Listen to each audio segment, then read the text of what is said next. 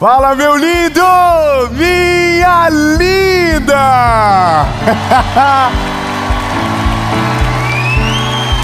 Aleluia! Olha, eu vou falar uma coisa pra você. Agora, enquanto nós estamos gravando, já é 10 horas da noite. Esse ânimo é porque tem muita gente jovem. Olha, eu vou falar uma coisa pra você. Que maravilhoso que tem sido poder gravar a mentoria de vida na nossa cidade, aqui em Joinville. Glória a Deus por isso. Eu quero falar que em breve você vai poder estar aqui também, ok? Daqui a alguns dias a gente vai ter o privilégio de poder abrir para fora as inscrições. Lembrando que aqui em Joinville, no Mentoria de Vida, as inscrições sempre são gratuitas. Nós temos um parceiro que faz com que a conta de uma gravação como essa seja paga. E nós, por honra, agradecemos ele sempre aqui. Eu quero falar da Facilite Benefícios. Muito obrigado pelo carinho com a gente, com as milhares de pessoas que são alcançadas. E para você que nos acompanha, quando terminar o vídeo, eu estou deixando o link para você chamá-los diretamente no WhatsApp. David, o que é a Facilite? Tudo o que você precisa para a proteção do seu veículo, você pode contar com a Facilite. Com a gente, mais de 5 anos, e eu tenho certeza que você vai ter uma experiência maravilhosa. Agora, sobre a mensagem, algo importante. Se você ainda não curtiu o vídeo, curte o vídeo, comenta, compartilha. Se ainda não é inscrito no nosso canal, se inscreve.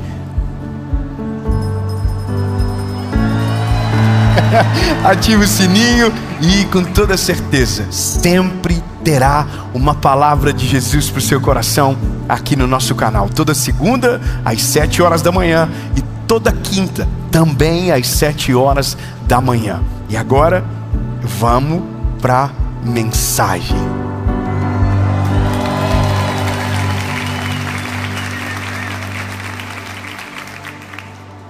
Fala, meu lindo, minha linda. A sua mensagem, ela já vai começar. Mas antes, eu só quero dar um recado muito importante para você. 2026 será o melhor ano das nossas vidas e eu tenho certeza que o que Deus vai fazer será extraordinário. Esse também é o ano do maior despertar das nossas vidas. E esse é o nome da nossa nova tour, que vai passar por centenas de cidades e países ao redor do mundo. E eu quero muito que você esteja comigo. Ao final dessa mensagem, eu quero deixar um link para você procurar a sua cidade e saber a data que nós vamos estar juntos e, claro, não perder. Agora, vamos para a mensagem. Confesso para você que essa palavra, ela é um pouco difícil de falar. Quando eu digo difícil de falar, é difícil de entender. E eu não estou subestimando a inteligência de ninguém, mas é porque para mim isso é uma das coisas difíceis de entender. Como que eu consigo alinhar a minha mente ao meu propósito? Nossa maior crise, na maioria das vezes, é justamente a nossa mente que nos trai. Nós temos um futuro extraordinário, nós temos uma vida poderosa, uma colheita incrível, mas às vezes a nossa mente não nos deixa identificar que aquilo que estamos vivendo já é parte do nosso propósito. A nossa mente nos sabota, ela nos deixa confusos num ambiente onde éramos para ter a certeza total e plena daquilo que Deus tem e daquilo que Deus está fazendo. Eu vou te dizer uma coisa minha. Eu, durante um período da minha vida, não conseguia desfrutar de algumas coisas, justamente por causa da minha mente. Não conseguia aproveitar algumas coisas, porque não acreditava que poderia desfrutar daquilo, mesmo tendo acesso, mesmo estando disponível. Então o nosso maior limitador sempre é a nossa mente. Por isso que alinhar a mente com um propósito é um desafio. E o texto que eu vou ler para você, por mais que seja uma das parábolas de Jesus, ele demonstra exatamente alguém que não consegue ver o todo, alguém que não consegue entender as coisas. Então talvez eu vou fazer uma leitura um pouco mais longa, mas eu quero que você olhe dessa perspectiva.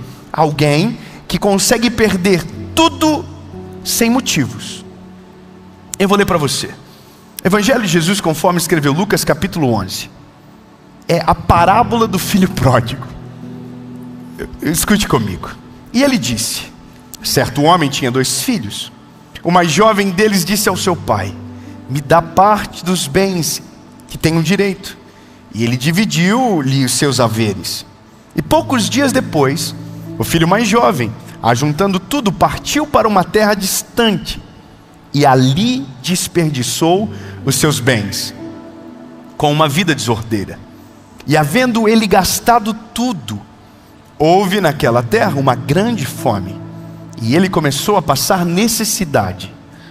E ele foi e juntou-se a um dos cidadãos daquela terra, e ele enviou os seus campos para alimentar os porcos. E ele desejava encher o seu estômago com as cascas que os porcos comiam, e nenhum homem lhe dava nada. E aqui começa, a Bíblia diz: e ele, caindo em si. Sabe, o cair em si é quando você percebe o erro que você cometeu. É quando você percebe que você não desfrutou do que deveria ter desfrutado. É quando você percebe que perdeu e só descobriu o valor depois que aquilo evaporou das suas mãos. É quando você olha para o todo e descobre que tinha tudo o que precisava e correu atrás do vento. É quando você despreza o que era prioridade, corre atrás do que era secundário, e quando se percebe, não tem mais absolutamente nada. Isso é o filho pródigo. Eu entendo que há um contexto teológico que não pode ser equivocado, que não pode ser negado, que está aqui, que é justamente o que Jesus está falando sobre o filho que se vai, sobre o pai, quão maravilhoso e generoso ele é, da maneira que ele trata o arrependimento do filho. Mas eu preciso partir de um pressuposto para comprovar a você um ponto. Se a nossa mentalidade não estiver alinhada com o nosso propósito, nós podemos estar no lugar de fartura e vamos nos sentir em falta. Nós podemos estar no lugar perfeito e vamos nos sentir com problemas. A coisa mais absurda do nosso tempo é pessoas trocando famílias perfeitas e só se dando conta depois de muito tempo que a família dele foi desperdiçada por causa de um pensamento equivocado. Pessoas que têm tudo e que não conseguem ver o todo. E essa é a loucura do filho pródigo. Eu quero que você entenda que tudo aquilo que o filho pródigo foi atrás, ele já tinha dentro de casa. E a maior loucura é imaginar alguém que tem tudo o que precisa e não consegue ver. E na verdade nós somos vencidos exatamente no nosso campo de batalha. Joyce Meyer chama a nossa mente de campo de batalha, o que é uma terminação muito poderosa do que de fato somos. Mas entenda que quando a gente olha para esse garoto, o filho pródigo, você consegue entender que tudo o que ele precisava ele tinha. Só que é muito mais do que o que a gente pode imaginar. Vamos partir do pressuposto que o pai dele não é um pai normal. O pai da parábola, nós sempre sabemos quem ele foi e quem ele é. Nós estamos falando sobre Jesus. Então imagina que o pai do filho mais novo não é alguém comum, é simplesmente o próprio Criador, o próprio Cristo aqui. Lembrando que estamos falando de uma parábola. Só que veja, no ambiente da parábola, nós temos a liberdade interpretativa de saber que aquele lar era perfeito. E não é pelo irmão mais velho, porque logo em seguida vamos descobrir que há um problema dentro daquela casa. E o problema dentro daquela casa é um irmão que fez o certo pelo motivo errado a vida toda e que queria uma recompensa do pai. Só que o que eu quero que você entenda é: o filho mais novo tinha o pai dos sonhos. O pai dos sonhos, que é o pai da parábola, é Jesus. Você está conseguindo entender o que eu estou construindo? Há uma imagem de um lar perfeito. Há uma imagem onde não há escassez. há uma imagem onde não falta absolutamente nada, há um lugar onde o pai é perfeito, a casa é extraordinária. E nesse lugar, nessa geografia, alguém se sente incompleto, alguém se sente em falta, alguém deseja uma nova realidade. E aqui a palavra não vai dizer o porquê o filho fez, ou não destrincha o coração do filho, só mostra a decisão que ele toma. Ele vai até o pai e diz: olha pai, eu quero tudo aquilo que é meu. E aí o filho sai daquela casa e vai viver de maneira desordeira, gasta tudo que tinha. Eu tenho alguns pastores aqui, a gente ouve a vida toda que os filhos são o reflexo dos pais. E deixa eu te perguntar, você consegue imaginar Jesus, o pai da parábola, um pai desordeiro? Você consegue imaginar que o pai dessa parábola deu em algum momento uma brecha para que esse filho escolhesse esse caminho? Sim ou não? Sim ou não? Então peraí, então se esse exemplo não veio do pai, se esse exemplo não foi gerado dentro daquela casa, se nessa casa não há crise, não há escassez, aonde mora o problema? Simples, aqui. O problema repousa somente na cabeça desse garoto. O problema não é real, o problema é uma criação da cabeça de alguém que não está alinhado com o seu propósito, que não consegue ver o todo, que não consegue desfrutar de nada, que não consegue mensurar o tamanho do privilégio que ele tem de morar dentro daquele lar. Agora eu começo a perceber que a maioria dos nossos problemas não são geográficos, não são conectados a realidades sólidas, mas problemas que nós criamos na nossa mente e que geram governo sobre as nossas decisões. E por causa disso, por causa desse desalinhamento de realidade e mentalidade, muitas pessoas poderiam ter uma outra vida, mas escolhem a pior, porque o problema delas não é o contexto, não é o ambiente geográfico, mas é na cabeça. E aí eu costumo pensar de uma certa maneira, vai soar estranho, que se o problema é na nossa cabeça, deveria ser mais fácil de resolver, mas pelo contrário, é o pior. O pior lugar para resolver os problemas é aqui dentro. Por quê? Porque nós não conseguimos dar nome, nós não conseguimos encontrar o problema. Quantos de nós já nos encontramos numa situação de angústia, mas havia festa à nossa volta? Quantos de nós já nos encontramos em profunda tristeza e a gente tinha tudo aquilo que precisava na nossa frente? Eu recebo todos os dias mensagens de pessoas que querem, por exemplo, tirar a própria vida. E aí você olha a vida da pessoa, um breve resumo, você descobre às vezes que é uma dívida. E não é uma grande dívida, mas é uma dívida potencializada pela mente.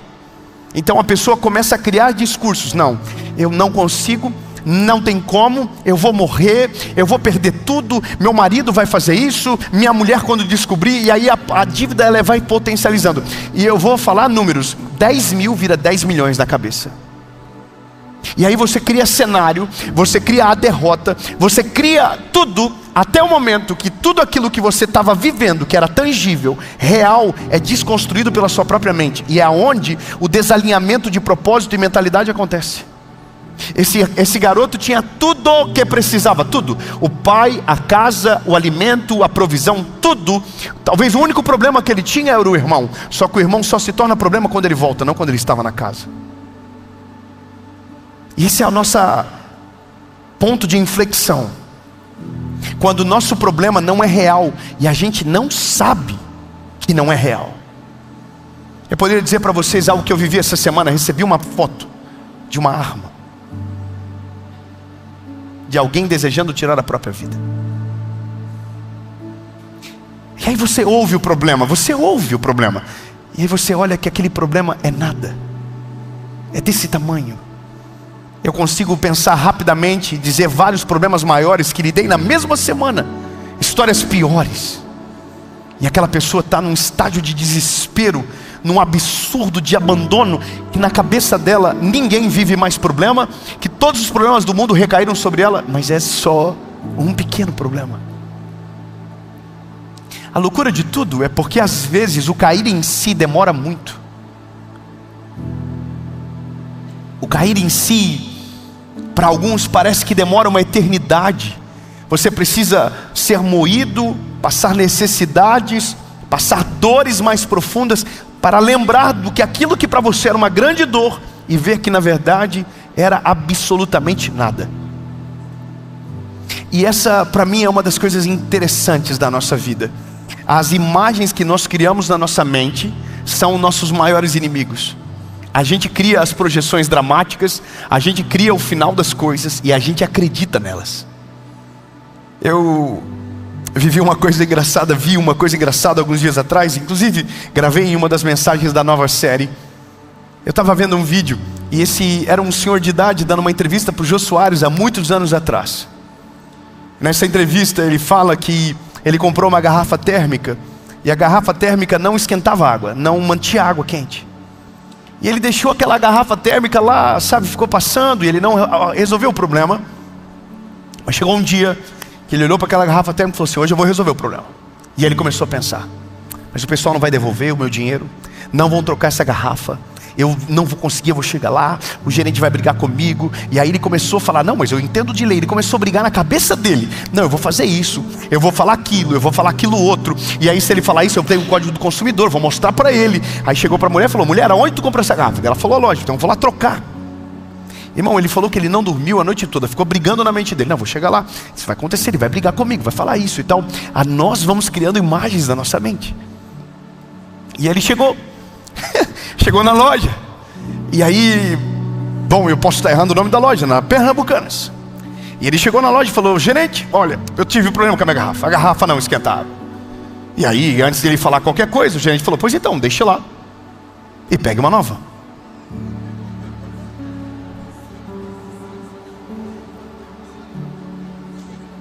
Mas não vai nem brigar, não vai nem discutir comigo?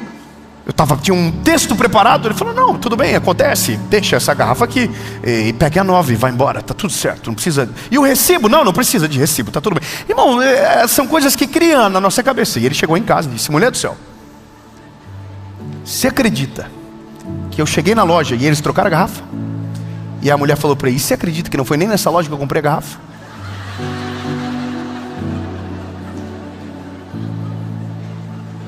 O que eu quero dizer para você? A maioria dos nossos problemas nós mesmos criamos na nossa cabeça. O amanhã que criamos na nossa mente às vezes é o nosso maior desafio. A gente já está dizendo: não vai dar certo. A gente já está acreditando: não vai acontecer. A gente já está acreditando: Deus não vai fazer, Deus não vai realizar, Deus prometeu, mas talvez na minha vez Deus não vai cumprir. Você entende? O nosso problema está aqui. E o cair em si é a nossa saída. Só que às vezes o cair em si é quando a comida acaba. O cair em si é quando a gente se depara com problemas reais de verdade. E aí a gente diz: puxa vida, meu Deus do céu, quantas pessoas depois que abandonam a família caem em si. Quantas pessoas que depois de abandonar um casamento de longos anos caem em si. Quantas pessoas que depois de abandonar um lugar que não deveria ter saído caem em si. E quando viu, tarde demais. Todos os dias tem alguém caindo em si. Todos os dias tem alguém extremamente desalinhado com o propósito de Deus caindo em si. Todos os dias tem alguém acreditando na sua própria mente e sendo traído do seu propósito por causa das escolhas que está fazendo. O que eu acho extraordinário nessa parábola é porque Jesus dá o final mais improvável que poderia existir. A Bíblia diz que quando ele cai em si, eu vou ler para você. Isso aqui para mim é algo maravilhoso. Olha só. E ele caindo em si, disse: quantos servos do meu pai têm pão suficiente de sobra, e eu aqui pereço fome? Levantar-me-ei e irei para o meu pai e lhe direi: pai, eu pequei contra o céu e perante ti. Lembra, isso aqui está tudo na cabeça dele, não está acontecendo, você está entendendo? Ele está dizendo: olha, os servos do meu pai, tem pão sobrando. Então eu vou me levantar. Ele está criando o filme na cabeça dele, você está entendendo? Ele está projetando na mente dele como vai acontecer a volta dele. Aleluia. Eu vou continuar. Eu me levantar-me-ei e vou para o meu pai e direi: Pai, eu pequei contra o céu e perante ti, e não sou mais digno de ser chamado de teu filho. Faze-me como um dos teus servidores. Você entendeu? Isso aqui ele projetou na mente dele. Eu vou me levantar. Eu caí em si. Peraí, eu pensei que não tinha nada, mas os servos do meu pai vivem melhor do que eu vivo agora. Então eu vou me levantar, vou até ele, vou pedir perdão e vou fazer um pedido: Pai, me deixa ser o teu servo, me deixa ser um funcionário da tua casa. Só que isso aqui só está na mente dele. Isso aqui não é real. Isso aqui é o filme que ele projetou. Quantas vezes nós fazemos exatamente igual? Nós criamos o filme, e na nossa mente, nós no filme que criamos somos o pior personagem. Não tem esperança, não há nada que possa ser feito, e é esse o filme que a gente cria. Acabou, não tem mais o que fazer, eu vou me contentar com o que der, se cair da mesa eu pego. E a gente que criou o filme, mas o filme não é real. É a gente que desistiu, mas ninguém desistiu da gente ainda, mas a gente desistiu. Ou a gente acredita que todos desistiram, e isso só está aqui. Aí a Bíblia vai dizer: e o filho disse ao pai: não, vou voltar. E não sou mais digno, papapá. E ele levantando-se foi para seu pai. Mas ele, estando ainda longe do caminho, seu pai o viu e teve compaixão.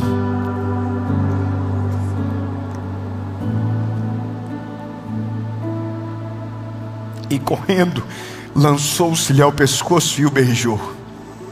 E o filho lhe disse: Pai, eu pequei contra o céu e a tua vista, e não sou mais digno de ser chamado teu filho. Mas o pai disse aos seus servos: trazei o melhor vestido, e vestiu, e ponde-lhe um anel em sua mão e calçados em seus pés. Trazei aqui um novilho cevado e matai-o, e comamos e alegremo-nos, porque este meu filho... Você não pegou, eu vou dizer de novo. Este meu filho. Na cabeça do filho, ele não era mais filho. Na cabeça do filho, ele já estava preparado apenas para ser um dos servos. Na cabeça do filho já havia uma desistência paternal. Mas a primeira cena do filme que acontece é diferente do filme que ele projetou. No filme que ele projetou, ele se lança aos pés do pai e se humilha. Mas no filme que acontece, o pai corre até ele e o abraça.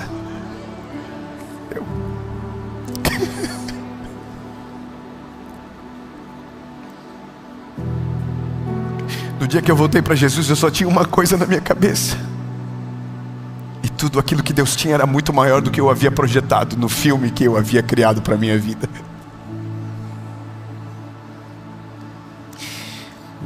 Eu preciso terminar.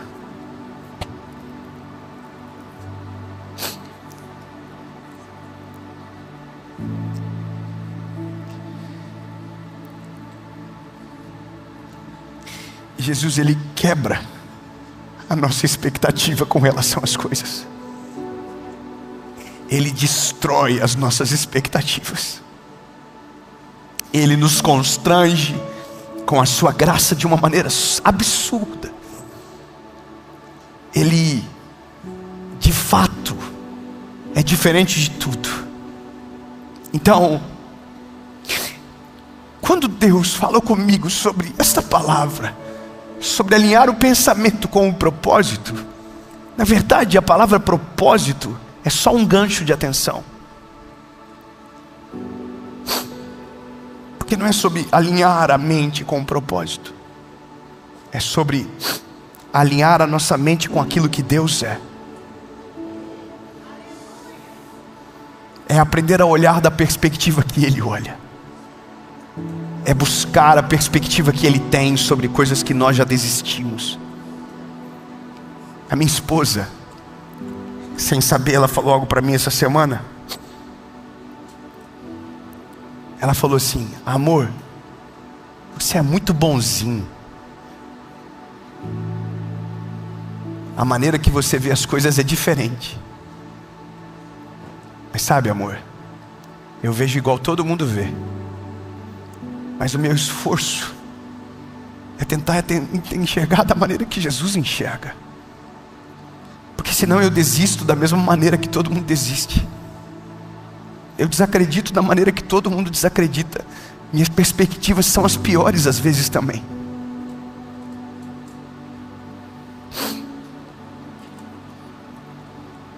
Enquanto eu estava preparando essa mensagem, enquanto eu estava vivendo essa realidade, sabe, essa semana, eu recebi aquela foto que eu falei para você. Eu tive algumas frustrações comigo, algumas preocupações nasceram. E aí hoje, enquanto eu preparava essa palavra, essa mensagem, ela bateu no meu coração. Às vezes a gente está vivendo uma escassez aonde não há escassez há muito tempo. Às vezes nós estamos tentando forçar uma dor no ambiente que já teve cura há muito tempo, entende? E aí eu preciso dizer para você o que acontece com o filho. O filho volta para casa que ele pensou que não ficaria dentro, e a festa está acontecendo por causa dele.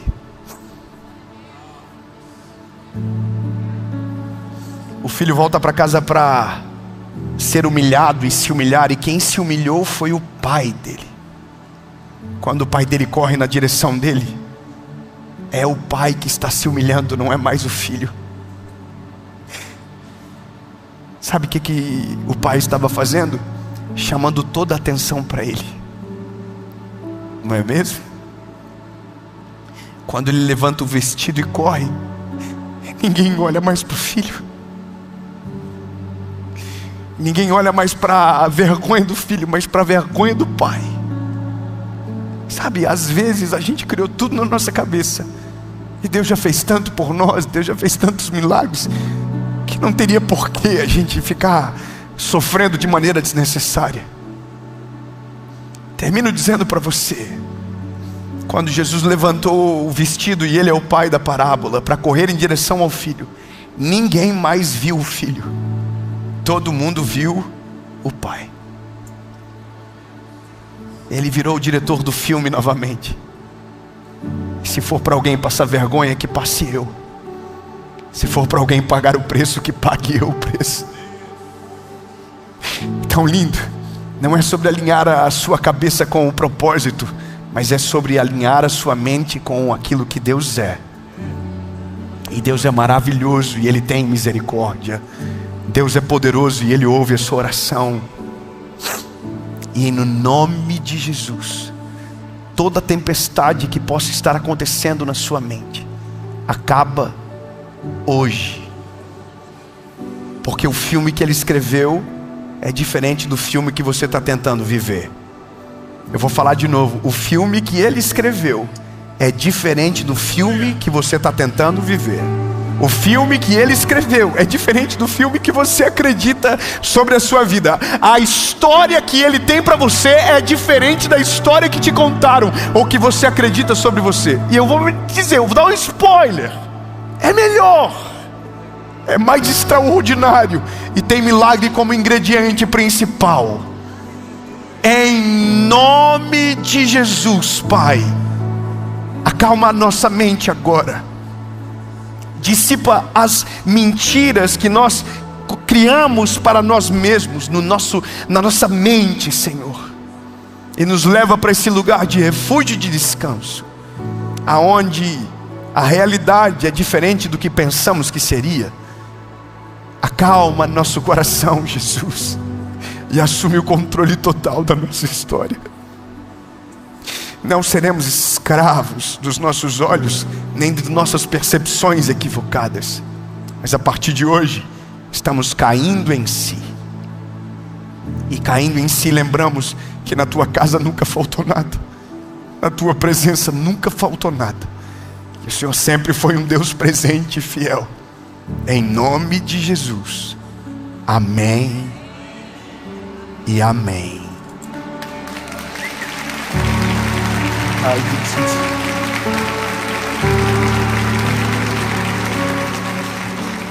Eu espero que essa palavra tenha falado profundamente ao seu coração. E agora, nesse final de mensagem, eu vou deixar 2 links para você. O primeiro é para você saber se vamos passar na sua cidade com a nossa tour O Despertar. Lembrando que eu tenho esse presente aqui para entregar para você no dia, algo que vai marcar a sua história. E o segundo link é sobre os nossos 2 livros que nós acabamos de lançar. Primeiro, o nosso devocional Oi Deus, Sou Eu de Novo, e também o nosso novo devocional de 31 dias chamado Um Mês Sem Errar. Eu estou deixando na descrição do vídeo, e se você ainda não tem um desses exemplares, eu quero enviar para sua casa. Deus te abençoe, um beijo no seu coração e até a próxima mensagem.